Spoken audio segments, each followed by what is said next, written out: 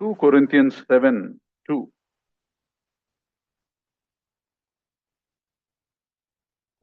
రాసిన రెండవ పత్రిక 7వ అధ్యాయం 2వ వచనాన్ని చూద్దాం. The second part of verse 2 I want to read.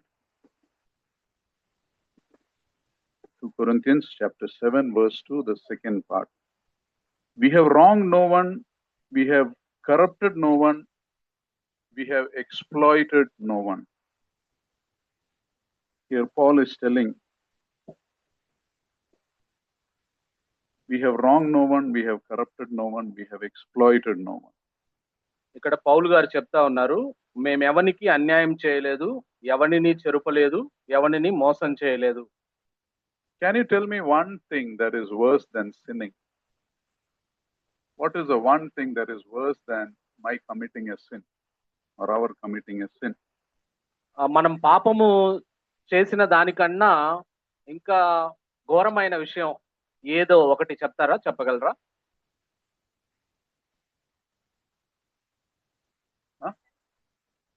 Self-righteousness. Self-righteousness is a sin only. That is also sin. పాపము కాకుండా పాపము కన్నా ఘోరమైంది. Yeah, Anita said that. One thing that is worse than committing a sin is teaching another person to sin. పాపము చేయడం కన్నా ఘోరమైంది ఏంటంటే ఇతరులను పాపం చేయమని ప్రోత్సహించడం లేదా వారికి చెప్పడం, పాపం చేయడానికి ప్రోత్సహించడం. వారు one of the sad truths of life is many people, if they're into a bad habit today, if they fell to a temptation today, it is because they were pushed into sin by someone else. ఒక విచారకరమైన వాస్తవం ఏంటంటే ఈ ప్రపంచంలో చాలా మంది ఇప్పుడు పాపపు అలవాట్లు కలిగి ఉండడానికి, పాపం చేయడానికి కారణం ఏమిటని వాళ్ళ నేపథ్యాన్ని మనం పరిశీలన చేస్తే గతంలో వారిని పాపం చేయమని ఆ విధంగా ప్రోత్సహించిన వారు ఉన్నారు, ఆ విధంగా ప్రేరేపించిన వారు ఉన్నారు. It is a terrible thing to misguide someone else spiritually. ఆత్మీయ sinning, you are misguiding someone else also. మరి మనం ఆ విధంగా చేయడం ద్వారా ఇతరులని ఆత్మీయంగా మనం తప్పుదోవన నడిపిస్తున్నాం అనే విషయాన్ని, అది చాలా ఘోరమైన పాపం అనే విషయాన్ని గమనించాలి. The story is told about one old man. He is on his deathbed and he is struggling with guilt. ఒక వృత్తాంతం ఈ విధంగా ఉంది. ఒక వృద్ధాప్యంలో ఉన్న ఒక వ్యక్తి చనిపోవడానికి సిద్ధంగా ఉన్నాడు, మంచం మీద ఉన్నాడు. అయితే ఆయన తాను చేసిన అపరాధములన్నిటిని బట్టి అపరాధ భావాన్ని బాగా కలిగి ఉన్నాడు. They asked him, what is bothering you? అప్పుడు ఆయన అడిగారు, నీకేమైనా చింత ఉందా, విచారం ఉందా, దేని గురించి నువ్వు ఆలోచిస్తున్నావా అని అడిగారు ఆయన. He said when he was a boy, he was playing with some of his friends in the crossroad of a road. ఆయన చెప్పిన విషయం ఏంటంటే ఒక కూడలిలో, ఒక రోడ్ల కూడలిలో, 3-4 రోడ్ల కూడలిలో ఆయన చిన్న వయసులో ఉన్నప్పుడు తన స్నేహితులతో కలిసి ఆడుకుంటూ ఉన్నప్పుడు, and there was a signpost that was loose. It was not stable, the signpost. మరి సైన్ పోస్ట్ అంటే ఎటు వెళ్ళాలి దారి చూపించే ఒక మార్గ సూచిక ఉంటుంది కదా, ఎటు వెళ్ళాలి, ఏ రోడ్డు ఎటు వెళ్ళాలని, అది కొంచెం వదులుగా ఉంది ఆ signpost. So he and his friends turned that signpost, showing it in the wrong direction. అప్పుడు వాళ్ళు ఏం చేశారంటే ఆ కూడలిలో హైదరాబాద్ వెళ్ళాలంటే ఇటు, సికింద్రాబాద్ వెళ్ళాలంటే ఇటు అని ఉంటది కదా, ఆ సూచికని వాళ్ళు రివర్స్ చేశారు, తప్పించి పెట్టారు, దాన్ని వేరే మార్గంలో పెట్టారు. And this old man while dying is saying, I cannot stop wondering how many people I sent on the wrong road because of that. ఆయన చెప్పిన మాట ఏంటంటే, ఆయన వృద్ధాప్యంలోకి వచ్చిన తర్వాత కూడా ఆ విషయాన్ని జ్ఞాపకం చేసుకుంటూ ఆయన అపరాధ భావంతో చెప్పిన మాట ఏమిటంటే, మేము చేసిన ఆ పని వల్ల, నేను కూడా చేసిన ఆ పని వల్ల ఎంతమంది తప్పుడు మార్గంలో వెళ్ళి ఉన్నారో, ఎంతమంది వాళ్ళ దారిని కోల్పోయారో అని నేను అపరాధ భావంతో ఉన్నానని చెప్పాడు. And here Apostle Paul is saying, we have wronged no one, we have exploited no one, we have corrupted no one. అయితే ఇక్కడ అపోస్తలుడైన పౌలు గారు చెప్తున్న మాట ఏమిటనంటే, మేము ఎవరికి అన్యాయం చేయలేదు, ఎవరిని చెరుపలేదు, ఎవరిని మోసం చేయలేదు అని చెప్తున్నాడు. So let us examine ourselves even as we gathered around the Lord's table. Have we corrupted someone?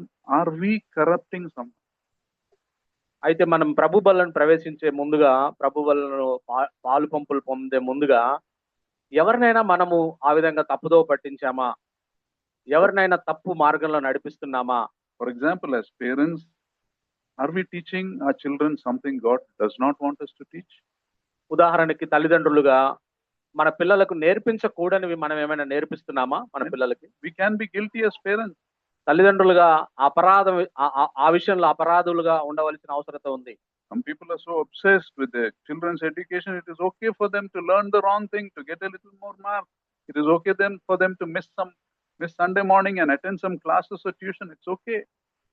మరి చాలా మంది తల్లిదండ్రుల పరిస్థితి మనం గమనించినట్లయితే వారు మంచి మార్కులు తెచ్చుకోవాలి, ఈ లోకంలో ఉన్నతమైన స్థానాల్లో ఉండాలని చెప్పి దేవుడి విషయాల్లో రాజీపడి ఆదివారం ఆరాధనకు రాకుండా సపరేట్ క్లాసులకు పంపించడం, లేదా ఆ దేవునికి సంబంధించిన విషయాల్లో వారి మీద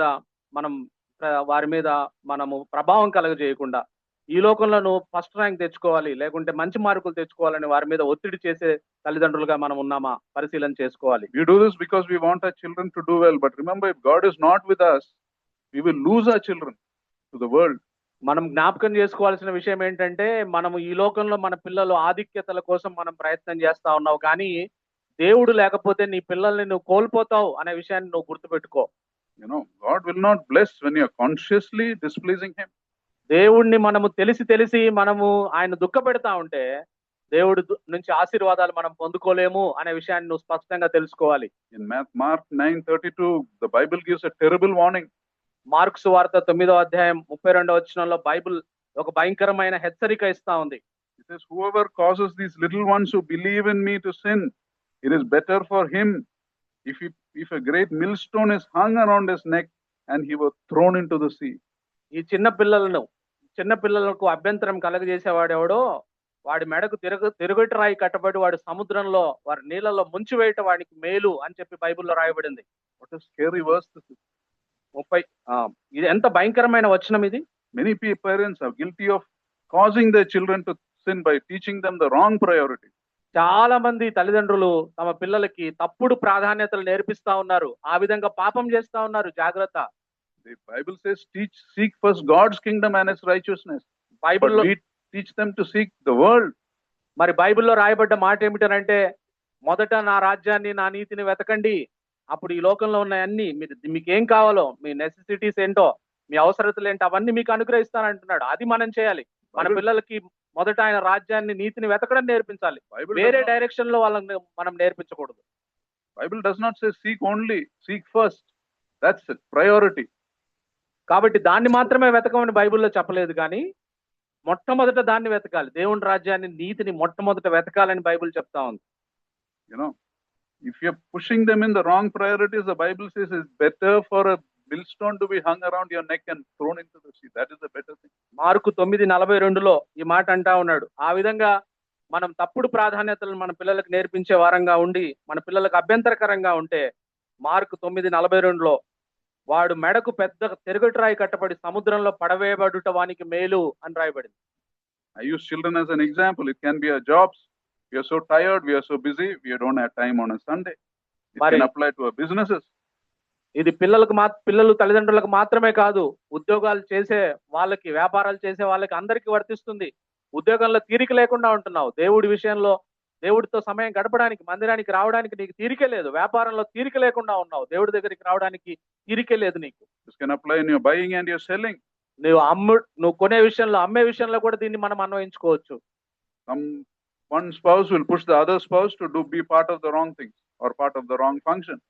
కాబట్టి ఒక భార్యాభర్తలు ఇద్దరిలో ఒకరు మరొకరిని తప్పుడు సాంప్రదాయాల్లో పాల్గొనమని, తప్పుడు ఆచారాల్లో పాల్గొనమని, తప్పు చేయమని వాళ్ళ మీద ఒత్తిడి తెచ్చే వాళ్ళుగా ఉన్నారు. It is better that a millstone is tied around your neck and be thrown into the sea. అటువంటి వారి మెడకు పెద్ద తిరుగొట్రాయి కట్టబడి సముద్రంలో పడవేయబడ్డ మేలు అని చెప్తా ఉంది Bible. Sinning is terrible. Causing someone else to sin is terrible, much more terrible. పాపం భయంకరమైందే, పాపం చేయడం భయంకరమైందే, ఇతరులను పాపం చేయడానికి ప్రేరేపించడం అంతకంటే భయంకరమైంది అనే విషయాన్ని గుర్తుపెట్టుకోవాలి. May we be able to tell like Apostle Paul, we have wronged no one, we have corrupted no one. కాబట్టి అపోస్తలుడైన పౌలు లాగా మేము ఎవరిని చెరపలేదు, మేము ఎవరికి అన్యాయం చేయలేదు, ఎవరిని మోసం చేయలేదని చెప్పే వారంగా మనం ఉండాలి. That must be our prayer. We are not perfect, but that must be our prayer. మనము పరిపూర్ణమని కాదు గాని ఆ విధమైన ప్రార్థన మనం కలిగి ఉండాలి. Woe to the man, the Bible says, who makes others sin. కాబట్టి ఎవరైతే ఇతరులను పాపం చేయడానికి మరి ప్రేరేపిస్తారో అటువంటి వారికి శ్రమ అని బైబిల్లో రాయబడింది.